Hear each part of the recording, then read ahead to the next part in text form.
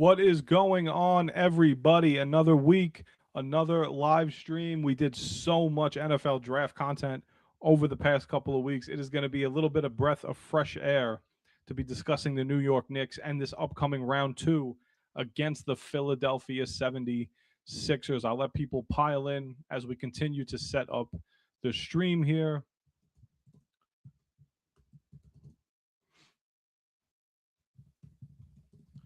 Hope everybody's having a good night.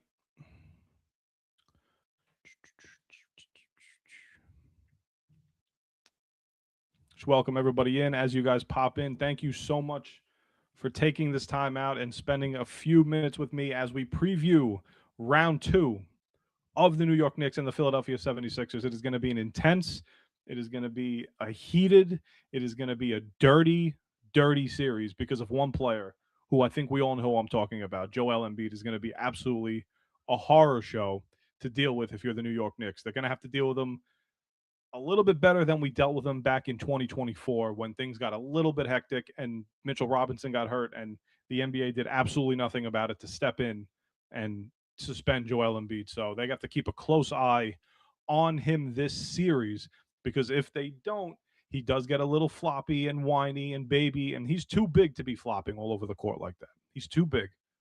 I don't agree with what Jaylen Brown did coming out after the game, after the Celtics blew a 3-1 lead and coming out and calling out the flopping, but two things can be true.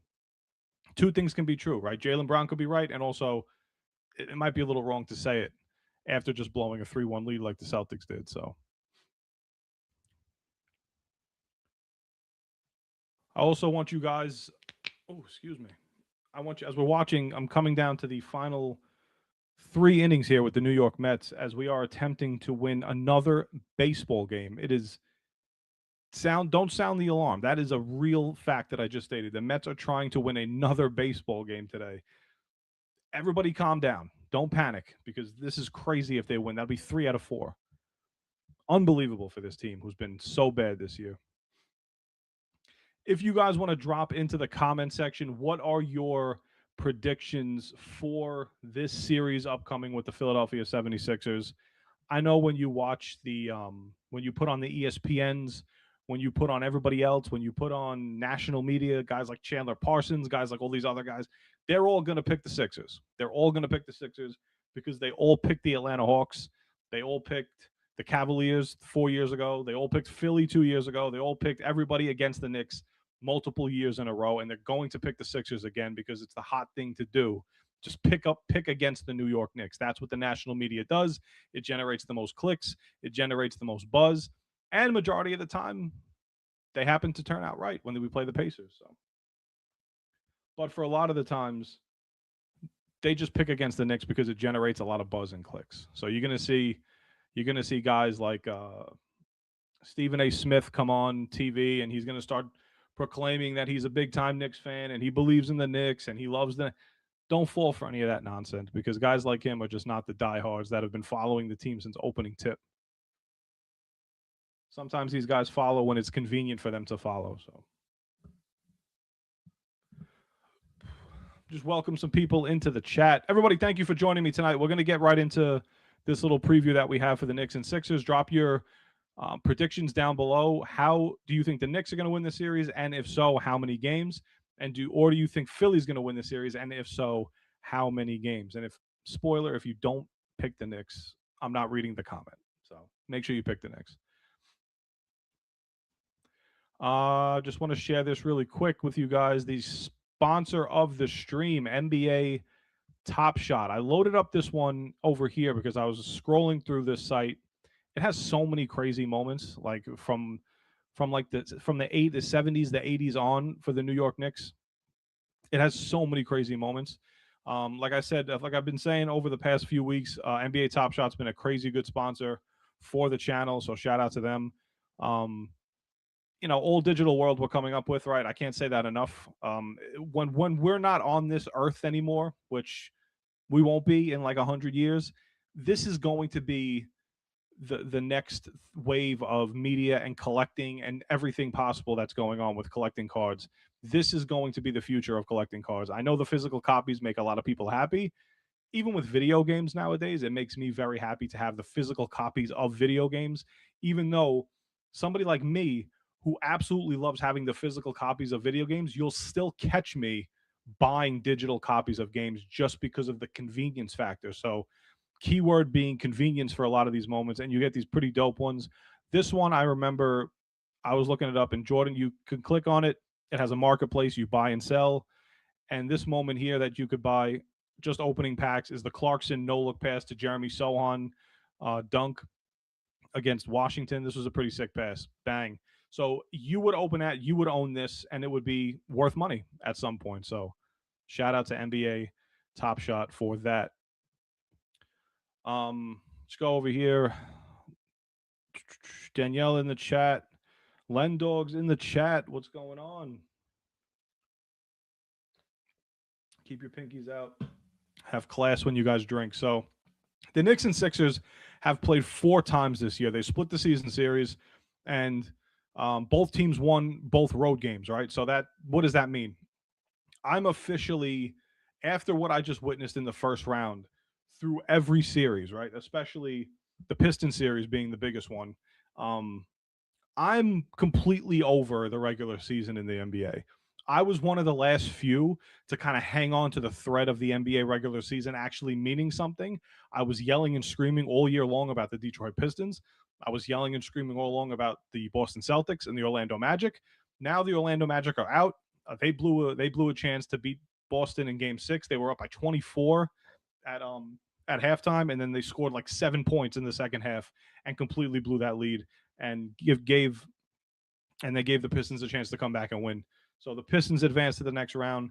They officially just don't scare me anymore. And if you rewind like 2 months ago, Detroit was the team I was most worried about going into the postseason.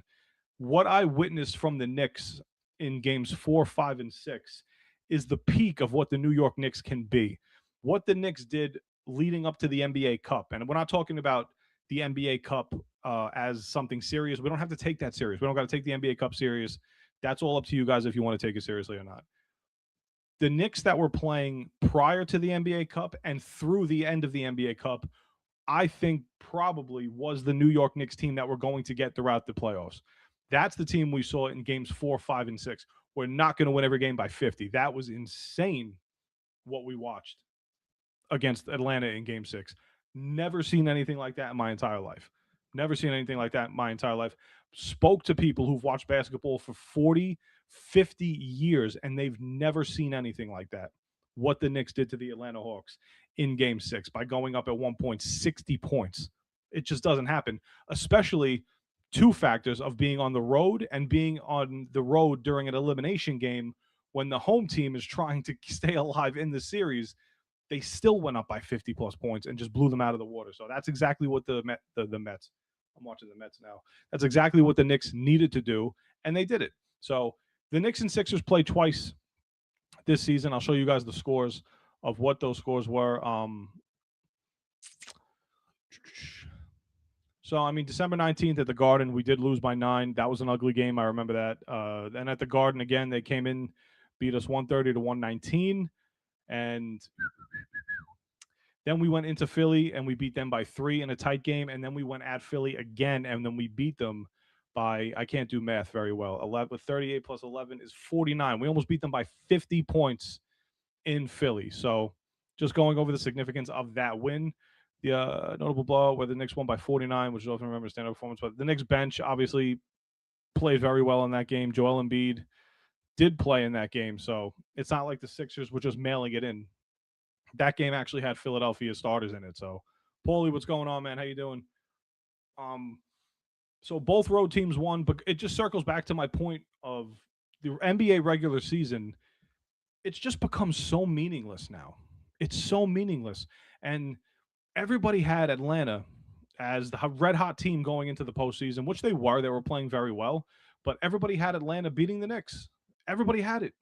And after game 3, that was a lot more of a possibility when everybody hit the panic button and started to go a little crazy about the Knicks and their performance in game 3. But you saw when they clean up the turnovers and when they clean up a lot of things. Does that say there's a spider on the wall behind me? Is there really? Is that a joke? Do we see it? I don't see it. So if we get bit, maybe I'll turn into Peter Parker or Spider Man, and it could be like crazy stuff live on stream. Am I missing it? Where's this thing? This would be an awesome stream if I can kill a spider on it. Am I missing it? Is it here? On the New York jersey. Oh my God, is it really? This is why. This is the behind the scenes stuff that people don't get to see. I'm leaving the camera on through all of this in case anything happens to me. You guys will be the witnesses to all this. Thank you guys for tuning in if I don't make it.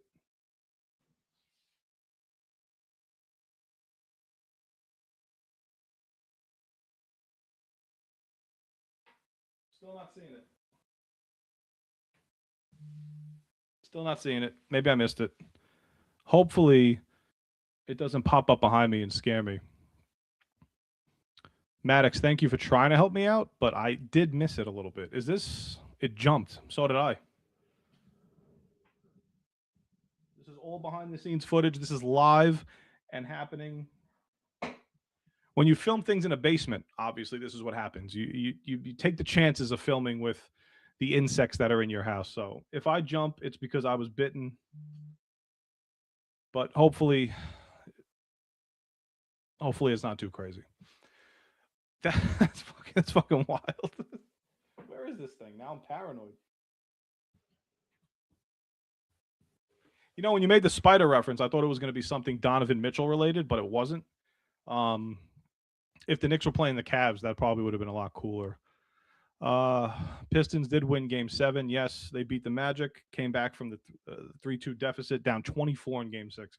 So with the Knicks have to make sure, unlike the regular season, which I said is completely irrelevant now, the Knicks need to make sure that they protect home court, okay? Because what you're seeing in a lot of these series is the Knicks are a veteran squad, right? They could win anywhere. They could go on the road, they could win at home, but they got to protect home court. So game 1 is pivotal for the New York Knicks. 7.5-point favorites tonight. So it's not just Knicks fans getting happy about that. It is also Vegas telling you that the Knicks should be favored pretty heavily in this first game of the NBA playoffs. Now, typically, sorry, the Mets are killing me. Typically, a 7th seed, like, why would you worry about a 7th seed, right? Because the Knicks should have an advantage against it. But this is not a normal 7th seed. And this was the case 2 years ago when the Knicks played the Sixers in 2024. Knicks with a 3 seed, the Sixers with a 6 seed. But it's almost like the Sixers, like just like us, they don't take the regular season that seriously. They rest their guys. They make sure Joel Embiid is relatively healthy as we go into the postseason, which he is now after I think he had the appendix surgery or one of the surgeries to get him back on the court in Game 4, which also aided the Sixers into coming back into the series and ultimately defeating the Boston Celtics in 7 games in Boston, by the way. So,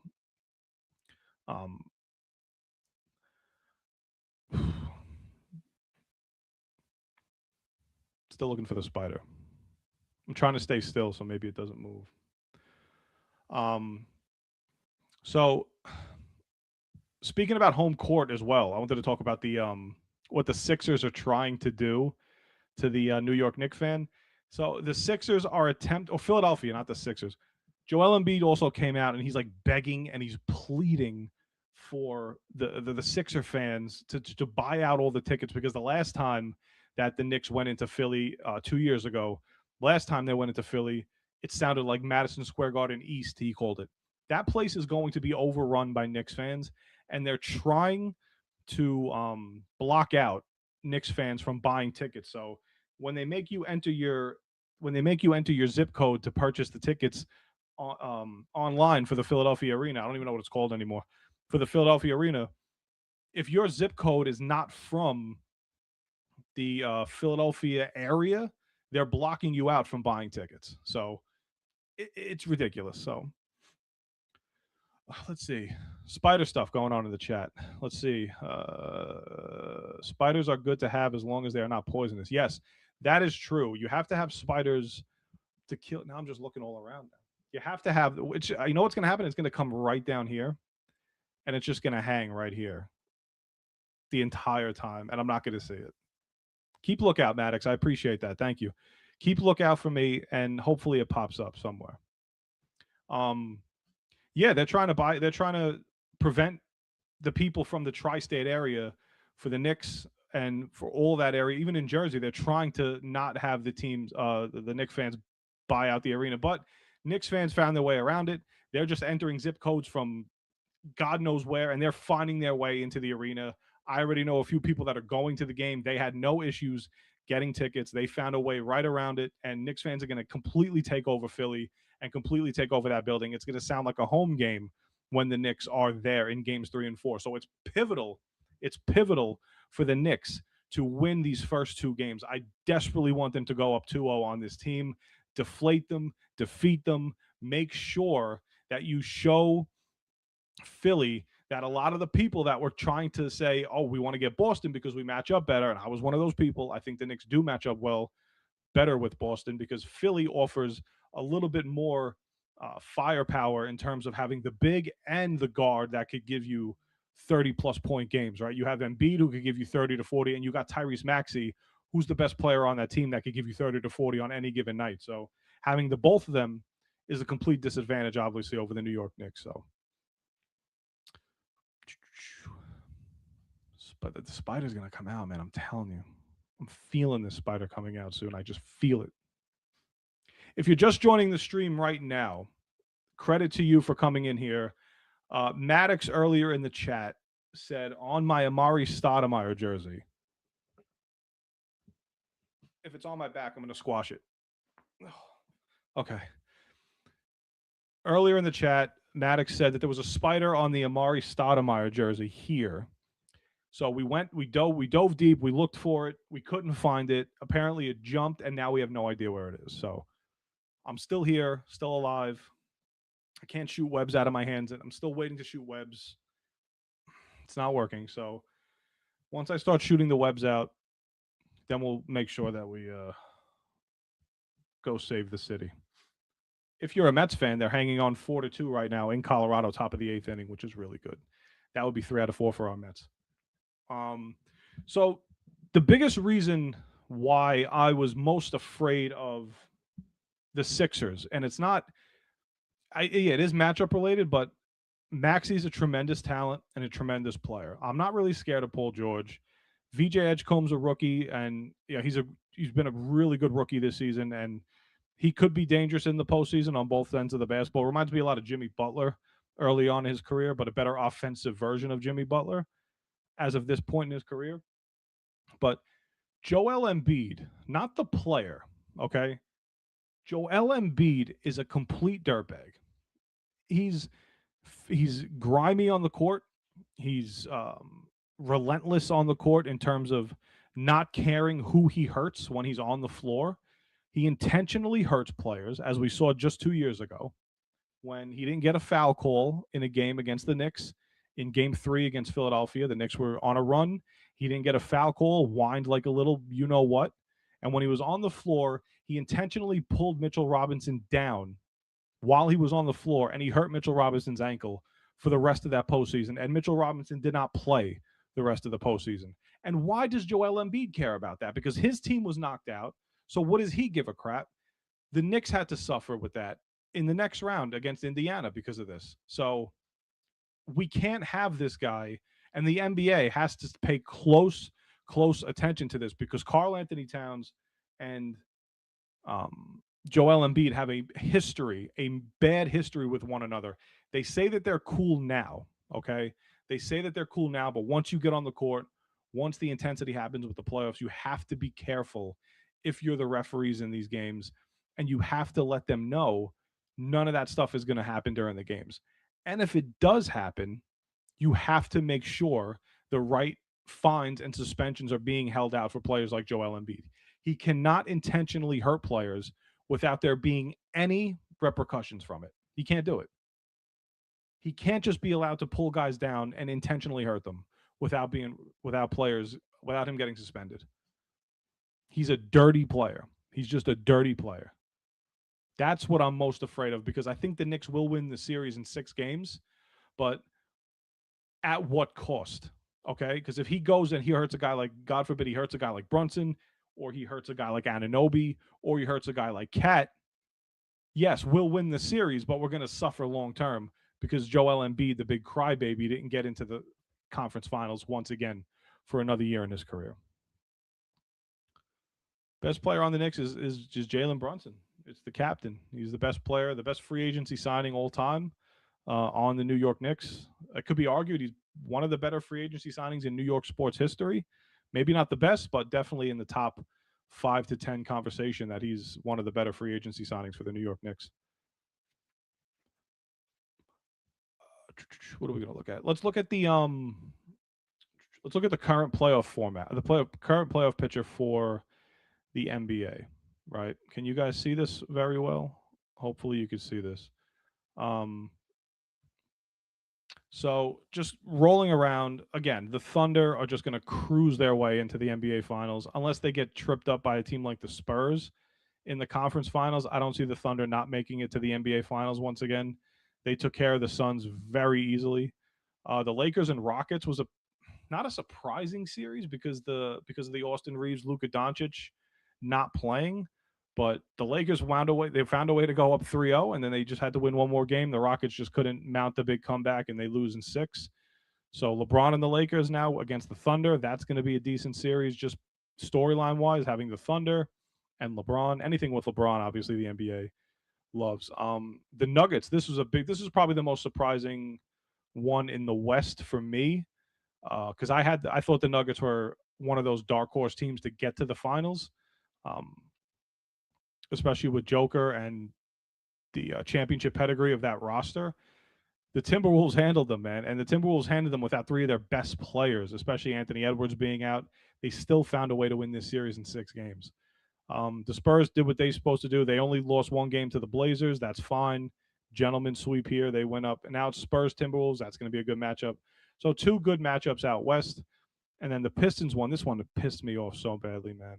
The Magic had this series won. They were up 3-2 in Game 6 at home, up by 24 points, and they blew the lead. Not only blew it, they really blew it. They got right down on their knees and blew it. It's so bad what they did. They scored like 18 points in the second half. It had them right. Then they get blown out in Game 7. They didn't stand a chance at that point. So the Cavs and the Raptors was another series that nobody was really talking about too much, because it was under the radar with the Knicks and everything that was going on with the Sixers and the Celtics and the Pistons. Nobody was paying attention so much to this series. And good for RJ Barrett in Game 6 to hit that 3 to give them the shot to win it in Game 7. But the Cavs just went all out in Game 7, and they did what they had to do. So it sets up the Pistons and the Cavs, which should also be a fun matchup. And then we look at the Knicks. I still can't believe this final score, 51 points. We look at the Knicks going down 2-1 in this series. Atlanta was flying high. They were in the driver's seat, and the Knicks came out Game 4, made the necessary adjustments. Mike Brown and that coaching staff, shout out to all of them, made the adjustments. Knicks blowout Game 4, blowout Game 5, and then complete booty whipping in Game 6. Never seen anything like it before in my life. Celtics Sixers went 7. Celtics were up 3-1. Joel Embiid came back. They had no answer for Joel Embiid or Tyrese Maxey. They come back from 3-1, and they go to the next round to face the Knicks. So in terms of like juicy matchups, the NBA's got 4 pretty good ones, right? Knicks Sixers is going to be probably the most exciting out of the 4. Pistons Cavs is going to be fun. Thunder Lakers will be fun, and Timberwolves Spurs will be pretty fun. So if you guys have a favorite series, let me know which one you guys are looking forward to the most.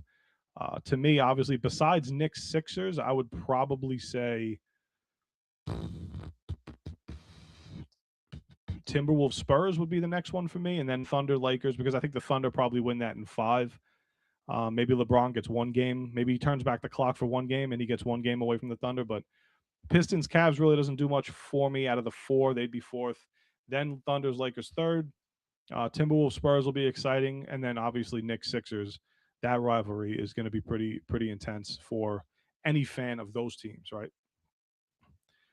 So like a couple of keys the Knicks have to do in these games. Like I say, um, sorry, Craig Kimbrell's in the game for the Mets, and it's not 2016, it's 2026, and Craig Kimbrell's still pitching for the Major League Baseballs. Uh, yeah, to have Wemby on the court and against anybody is going to be exciting for the NBA, right? The NBA is probably, I know the Thunder are a tremendous team and probably the next dynasty of the NBA, but um, I really feel like the NBA would absolutely love to get Victor Wembanyama in the NBA Finals, especially this young in his career. I mean, the star power alone from him. And there's a couple of guys on that team that are very good. You have Castle on that team, but having that kid in the NBA Finals would be such a ticket for the NBA. They would absolutely love that. And maybe he's not ready yet. I don't know, but it's only one way to find out. So it's the same exact thing for the Knicks in this series coming up. We yelled and screamed all year about the turnovers. They have to continue to win the turnover battle every single game. All right. The Knicks were dominant on the boards against Atlanta. Atlanta had nobody that can match up with the Knicks bigs. So they had Karl Anthony Towns dominated the entire series. Mitchell Robinson dominated the entire series. Joel Embiid has usually had his way with Karl Anthony Towns in the past. This is a little bit of a different version of Cat that we've seen than years past. So hopefully this version of Cat, where he's more of a facilitator on the perimeter, looking to dish the ball a little bit, kind of playing that point forward role. Maybe that's something the Knicks could take advantage of having Joel Embiid have to come out to the key and actually defend. So that would be really good for the Knicks. Again, limit the turnovers. You'll win the series in 6 games. Dominate the boards. Joel Embiid, for as much success as he's had against Karl Anthony Towns in the past, he's not had the same success against Mitchell Robinson. When Mitchell Robinson is on the court, Joel Embiid is not the same player because the athleticism on defense, Robinson won't fall for the continuous pump fakes. He won't fall for a lot of the stuff that Embiid does. He will play just as gritty and just as dirty as Joel Embiid does, which is also kind of a bit of a problem with Mitch because we don't want him getting into foul problems or foul issues early on in the game. We have to be very, very careful in making sure Mitchell Robinson is on the court as much as humanly possible. And if we have to go to the double big lineup, that would be an advantage for the New York Knicks as well. We have to make sure he's on the court at all times. And they can't do the hack and Mitch stuff because, they can't do the hack and Mitch stuff if the Knicks go up by big numbers. And if they fall down by big numbers, they can't do it either because it just takes the rhythm out of the game. There's a specific time and place to do the hack and Mitch stuff. So the Knicks have to put themselves in the best positions possible to avoid a team like Philly trying to do the hack and Mitch stuff. And at the end of the day, if they happen to intentionally foul Mitchell Robinson, he needs to make his free throws. I thought I felt a spider on me. False alarm. He has to make his free throws. All right. Make 6 out of 10, Mitch. You don't have to make all of them. Make 6 out of 10 to the point where they have to stop fouling you. They have to stop. Okay. The biggest X factor in all of this, right? We talked about the captain. We talked about Karl Anthony Towns. We talked about other players on the team. We talked about everybody on Philly. And as much as I love Josh Hart, right? The biggest X factor for me, and you saw it through the Atlanta series, this team runs and performs differently when OG Anunoby is the aggressive scorer that he was against Atlanta. Now, when OG is going right and he's hitting the three, and he was hitting the three at like a 58% clip throughout the series. It was insane what was going on. Opinion, what's going on, man? How you doing? If OG Anunoby becomes that third option for the Knicks, or even the second option for the Knicks, behind Brunson, who's going to get his shots, behind Cat, who's going to get his shots when he needs to, then OG Anunoby takes this team to a whole nother level. It's just another guy that the opposing teams have to defend. They have to do it. And and then if you got like Josh Hart hit one of the biggest threes in that postseason in 2024, right? When Jalen took the pass, got doubled, kicked it out to Josh Hart in Game 6 in Philly, wide open. He hit the pump fake to Dante. Josh Hart hits that three in Philly. If you got a guy like Josh Hart starting to knock down a few jumpers too, where they have to defend him because they're going to leave him open. So you need Josh Hart to be aggressive. You need Josh Hart to put the ball in the basket as well. Oh God, I'm nervous. Soto back. Oh God, the Mets got out of it. All right, going to the ninth inning. Mets are currently winning still 4-2. This is crazy. This would be 3 out of 4. I don't know how to react to this if I'm a Mets fan. Not being in the house. OG is the wild card. I completely agree with that, dude. Completely agree with it. If you get damn it. If you get the two-way OG Anunoby where he kind of like Knicks fans have this joke amongst them where it's like OG sometimes kind of forgets how good offensively that he could be, right? And we see sometimes with the dribbling kind of gets a little messy with OG. He's always slipping on the floor. I don't know what kind of grips he uses on his shoes. But when OG Anunoby remembers how talented of an offensive player that he is, he's one of the better two-way players in the entire sport. Okay? One of the better two-way players in the entire sport. He could shoot the three. He could defend. He's a 3-and-D kind of player. That's the guy we need to show up. And like we've been saying it all year. And a guy you got to give Mikal Bridges his flowers as well. I've been screaming about Mikal all year long. Not just me, a lot of Knicks fans, about what is his role on this team. And if you get again the Mikal Bridges that you traded all of those draft picks for, it's not Mikal's fault that the Knicks traded that capital to go get him. So you can't blame Bridges for what he was traded for. That's not in his control. What's in his control right now is the way that he performs in the postseason. And as the Knicks continue to advance round by round, game by game, hopefully to an NBA Finals, and I pray to an NBA championship, are you guys? No one's gonna give a you know what about those draft picks. Nobody, except for Nets fans. Then no one's gonna care about those draft picks as long as the Knicks get a championship here. And if the Knicks get a championship here, you got to have every cop and you got to have every fireman and every emergency service unit on standby for the city because it's going to be insane. You see what the fans do when they win like game 2 of the first round, let alone a complete championship for the first time in 52 seasons. The fan base is going to go wild. So have everybody on standby. OG, Mikal. Oh, another thing about the Knicks that's a big benefit this year, like we say every single year, what are they missing? What they have now as well, Chewy says, bing bong, what up? Bing bong. The Knicks have a bench this year that they could go to. And I think and I hope that Mike Brown found a solid rotation going into this Philly series, right? It took him a couple of games to find the rotation. A couple of guys got knocked out of it. So the main rotation in games 4, 5, and 6 with Atlanta, it was Alvarado who stepped up and played a significant role in getting the Knicks back into a couple of those games and calming things down, playing the point very well. And then you had Jordan Clarkson, who's been a godsend off the bench. He did lose minutes over the regular season, but like I said, the regular season at this point, I'm completely numb to it. I think I've crossed the line on the regular season. I was hanging on to it. It just doesn't mean much anymore. So Jordan Clarkson, who's been one of the better two-way guys off the bench for the New York Knicks and in the NBA for that matter. And you have Mitchell Robinson. And then another guy, probably the biggest X factor outside, maybe if you guys have somebody better than this, maybe I'm wrong, but the obvious ones are there. It's Jalen Brunson, it's Cat, it's OG, and then you know what Josh Hart's going to give you every night. He's going to give you maximum overdrive, ball on the floor, he's diving for it. He's going to give you the right play at the right time. He'll have a couple of turnovers that get us a little upset, dribbling the ball up the court, but excuse me.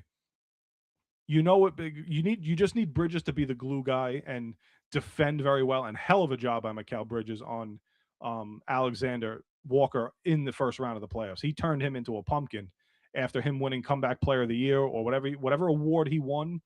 I think it was not comeback player of the year, but most improved, I think, that he won. Mikal just locked him up the entire series. So shout out to Bridges for that. He played tremendous defense on him. You know what you're getting out of certain guys. There's a guy on this roster that Knicks fans absolutely love. He's one of the biggest steals of a contract in the entire NBA. And he could be one of the X factors in one or two of these games coming off the bench. It's Deuce McBride. Deuce McBride could be a huge X factor for this Knicks squad in this round. Familiarity against the Sixers. He's been here. Deuce has been here for the long haul with the Knicks. Him and Mitch.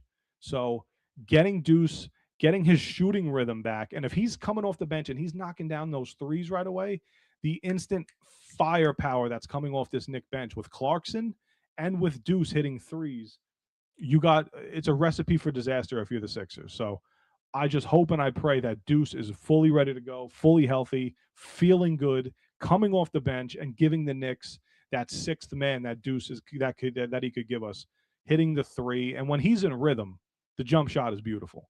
You look at Deuce's jump shot; he's worked on it, and it's just a shout out to Deuce, man, because he came when he got drafted by the Knicks in the second round. There was not say no, but there was no offensive game that was going to impress you. And it's a testament to what Tom Thibodeau did with him and developing him throughout those seasons, and then him becoming the offensive talent that he became. And that jump shot, it is smooth, it is pretty, and when that ball goes in, it might hit the top of the rafters, but it's coming back down. He's a high arcing three, a high arcing jump shot, which is it's almost impossible to block. It's a major testament to the work that kid put in. So hopefully Deuce has a major role, and he could win you a game in this series just coming off the bench, hitting the three, being another threat for the New York Knicks. So, guys, I'm excited. I think you're excited. I think the spider behind me is probably excited that I didn't find him and I didn't kill him, but eventually I probably will find him crawling on me as I'm watching this game tonight. So, let's get down to business. We're going to get to the basketball game. It's 10 minutes away, actually probably like 15 minutes away with how these national games always take like 18 minutes to start the game with the lineups and everything. So, guys, thank you so much for joining the stream every Monday night. I know times are varying. I do apologize about that. Usually it's about 8:30 every single Monday. Thank you to Paulie for being so uh, what's the word? Why am I blanking? Thank you for being so flexible with me for switching the times when I have to switch them. So thank you guys so much for watching. Let's go Knicks. Get hyped. Pudgy Boys Sports Talk with a Z. I am on Instagram. I am on TikTok. I am on YouTube here. So thank you guys, everybody, for joining. Let's go Knicks.